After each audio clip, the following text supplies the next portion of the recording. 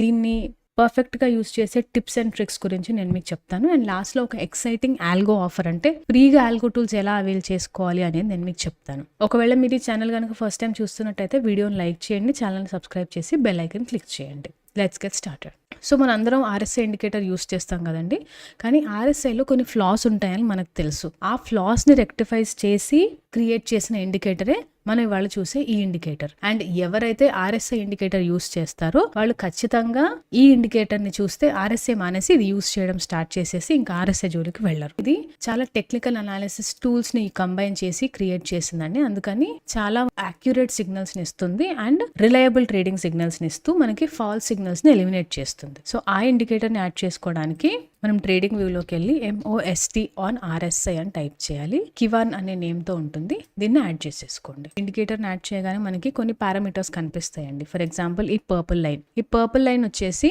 మామూలు RSI లైనే అండి.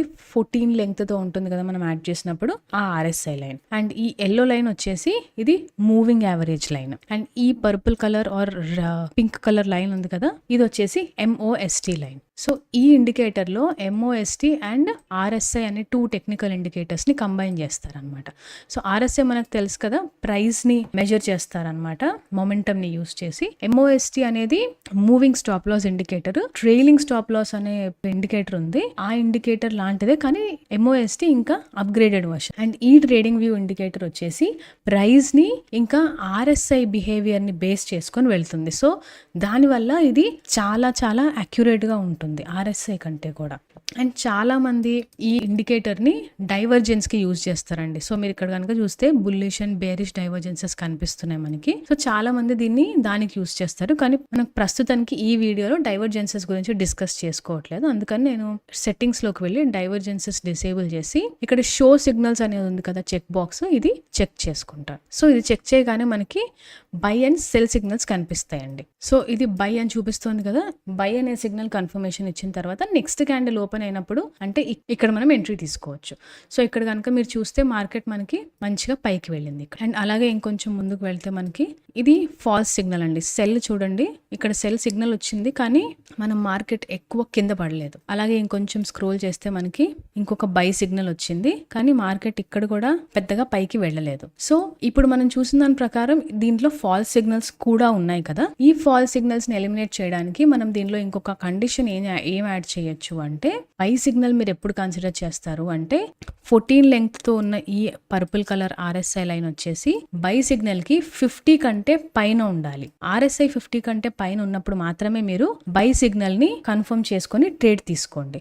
And ఒకవేళ సెల్ సిగ్నల్ ని తీసుకుంటే మీరు సెల్ సిగ్నల్ తీసుకున్నప్పుడు RSI 50 కంటే కింద ఉండాలి.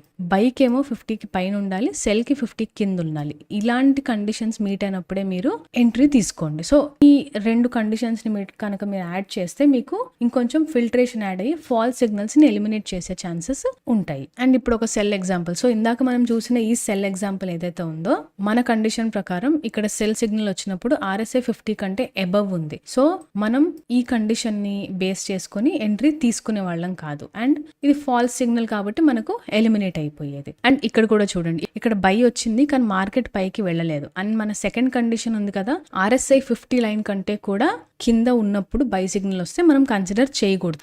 సో ఈ ఎంట్రీ మనం తీసుకునే వాళ్ళం కాదు అండ్ ఈ ఫాల్స్ సిగ్నల్ మనకి ఎలిమినేట్ అయిపోయేది. ఈ సెల్ సిగ్నల్ చూడండి, మనకి ఈ క్యాండిల్ అప్పుడు సెల్ సిగ్నల్ వచ్చింది అండ్ RSI లైన్ ఏదైతే ఉందో ఇది 50 కంటే కింద ఉంది. సో మనకి ఇది కన్ఫర్మేషన్, ఈ ఎంట్రీ తీసుకోవచ్చు అని. అండ్ ఇక్కడ కనుక మనం చూసుకుంటే మార్కెట్ మంచిగా కిందకు వెళ్ళింది. సో ఈ 2 కండిషన్స్ అంటే బై సిగ్నల్ వచ్చినప్పుడు RSI లైన్ 50 కంటే కూడా పైన ఉండాలి, సెల్ వచ్చినప్పుడు RSI 50 కంటే కూడా కింద ఉండాలి. ఈ 2 కండిషన్స్ ని సాటిస్ఫై చేసేలాగా మీరు ఎంట్రీస్ తీసుకుంటే మీకు అక్యురేట్ గా ఉంటుంది. అండ్ స్టాప్ లాస్ వచ్చేసి బైక్ అయితే మీరు ప్రీవియస్ స్వింగ్ లో పెట్టుకోవచ్చు.